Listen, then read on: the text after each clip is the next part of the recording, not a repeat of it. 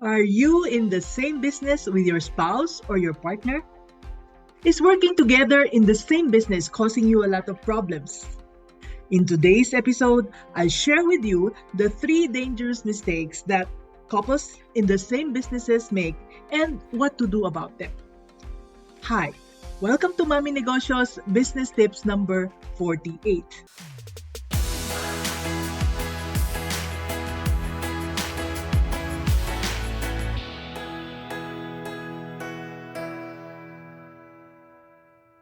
Let's go! Mistake number 1, fighting in front of employees. To remember this, type NF for no fighting in the comments, will you? Thank you. Now, I remember a couple. They are my close friends. They always fight in front of their employees when they disagree on something. Sometimes the husband approves something and then the wife disagrees, and so they fight. Or sometimes the wife approves something that the husband doesn't want, and so they disagree. Big fights. It was so bad. They'd shout at each other, the wife would throw stuff at her husband, and the employees are there watching them fight. And because of this, the husband became disrespected by their employees. Whatever he says or tells them what to do, the employees would just wait for the wife to make the final decision. You know, employees are wise, just like our parents. Even if there's no fighting, we would go to the parent who we think is most likely to allow us to get our way, right? Yes, we did this to our parents. If we need more money for our allowance or to get permission to go on a trip with friends, we go to the parent who is more giving or who is easier to say yes, right? And then the parent who approves becomes an ally. And together, we are now up against the parent who initially said no. Now, if you have kids, you will also observe this with your kids. We as parents are played by our kids like a ping pong or table tennis. They play us so that we are made to go head to head with each other. Yes, just like what we did to our parents, our kids and employees will make us fight. So again, the lesson here is do not fight in front of them. Always appear to be united. I know it's hard, but if you make the decision that you will never fight in front of them, you won't. My husband and I, we've been together in business for more than 40 years, but we never, not even once, fought in public. We never fought in front of our kids or our employees. If you agree that it's possible, please type A in the comments. Awesome. Now, but we are human. And so, did we fight? Of course, we fought often, especially when we did not know any better. But one thing that kept us together was the agreement to present a united front to others. Yes, just like most couples, we often disagreed with each other's decisions. And we even committed mistake number 2, which is not recognizing each other's calling earlier. To remember this, please type C for calling. Okay? Alright, thank you.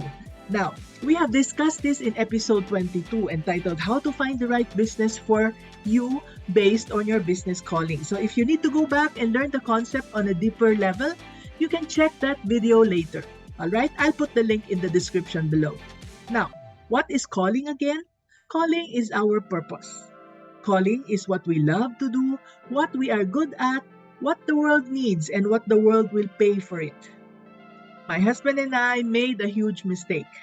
For almost 30 years, we have had a lot of disagreements in our businesses. And so at one point, we decided to split up our businesses. He took over the 3 businesses and I took care of the remaining 2. Big mistake. All 5 businesses suffered. All of them got buried in deeper debt. And my husband and I almost broke up. Our finances and our children were a mess, a huge, huge mess. The businesses were failing. Everything was falling apart. And this was when we learned a powerful lesson. Looking back, I can say it's by God's grace that we began talking to each other again. Just like in the song we asked, where did our love go? We both remember that opposites attract. The reason why you and I were attracted to our partners in the first place was because there was some quality in them that we didn't have and that we admired. They too were attracted to some of ours in the same manner. But eventually, after getting married, the thing that we liked most about them became the problem. For example, he's so thoughtful and generous. He loves giving you gifts. But now, as a married couple, it irritates you. You think that it is unnecessary and it is just a waste of money. Now, here's another example of opposites attract. I'm an introvert.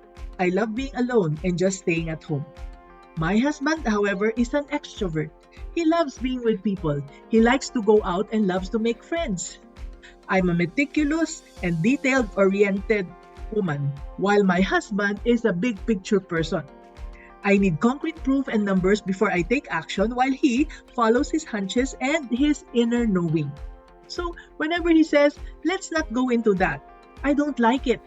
I'd ask him, why? And as a meticulous person, he wouldn't be able to give me the facts and figures to explain it to me. He'd just sense it. And most of his hunches have been right, if I may say. He's good at those hunches. So our opposite characteristics are complementary. Together, we are strong. But separate, well, we become weak. So finally, when everything was breaking apart, we decided to work together again. And this time, we divided our tasks based on our individual strengths, our individual calling. We also created an organizational chart. Since I'm a meticulous introverted person, I'm comfortable dealing with the people I know. I don't like dealing with strangers, so I handled the internal parts of the business. I did HR, strategic planning, meeting with the managers, handling the mancom, and all of those other stuff. While my extroverted husband handled the external part of the businesses like visiting our stores, dealing with government agencies, creditors, and suppliers. He handled also our money. When money was not enough, he went out to borrow, and when it's time to pay, he was able to manage the money very well. And because we were both playing to our strengths, we were able to turn our businesses around. So, how to avoid the second mistake of not recognizing each other's calling? What I'd like you to remember is that because both of you are complementary and that opposites attract, together you will always be strong. A lot stronger than when you just act alone. Make sense? Now, for couples, if you have two different businesses in mind, I'd advise you to choose one and work together instead. Choose the one which has a brighter chance of making you more money in 10 to 40 years and which you can leave to your kids. Never choose based on passion or pride only. Remember, it's not just what you love to do and what you are good at. It should also be what the world needs and is willing to pay for. I'm sure both of you can find tasks that you love to do in the business, especially if you look towards the future of your kids. So, let's review. How do we avoid the mistakes? Number 1, no fighting. Number 2, divide the work according to your calling and create an organizational chart. Now, mistake number 3 is not following the organizational chart.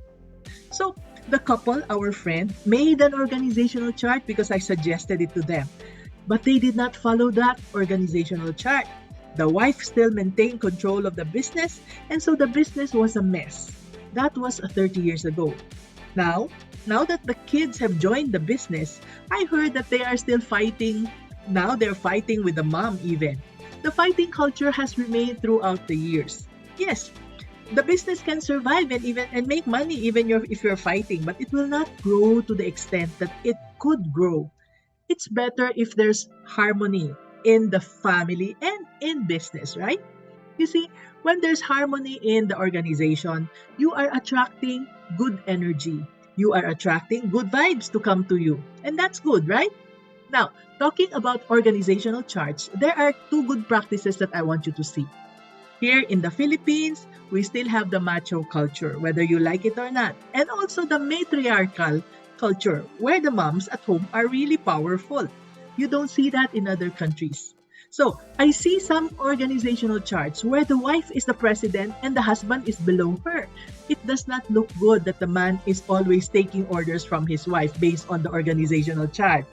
Well, if it works for you, that's fine. But if not, here's what you can do. Put the man's name as head of the organization. it looks better if the wife is below him. This is even if the wife has a strong personality or is more educated or more qualified, more extroverted, and if the husband is shy, it doesn't matter. Make the husband the president and the wife the general manager. In small businesses, don't be so worried about who's on top and who's below. Just give the honor to the husband and the wife be subservient in the organizational chart. And then what you do is split the responsibilities clearly between the two of you by defining what are the approval powers of each one. Since my husband and I made the agreement, our employees could no longer play ping pong with us. When an employee would come to me and say, "Ma'am, sir is not around, can you please approve this?" And when I see that it was my husband's area or scope of responsibility, I would refuse to touch it. I tell them to just wait for him to get his approval. So couples, never let your pride get in the way. Respect each other so that in turn, you'll gain the respect of everyone in the organization. So what to do to avoid mistake number 3? Follow the organizational chart and the division of work with absolutely no deviation and no exception. So those were the 3 dangerous mistakes that couples in the same businesses make and what to do about them. Did you learn something from this video? If you did, please share your takeaways in the comments and subscribe to our channel and share this episode with a fellow aspiring entrepreneur. Also, join our communities by clicking the links below to learn more. This is Mommy N, your Mommy Negosyo, saying, be business-minded. See you in the next video.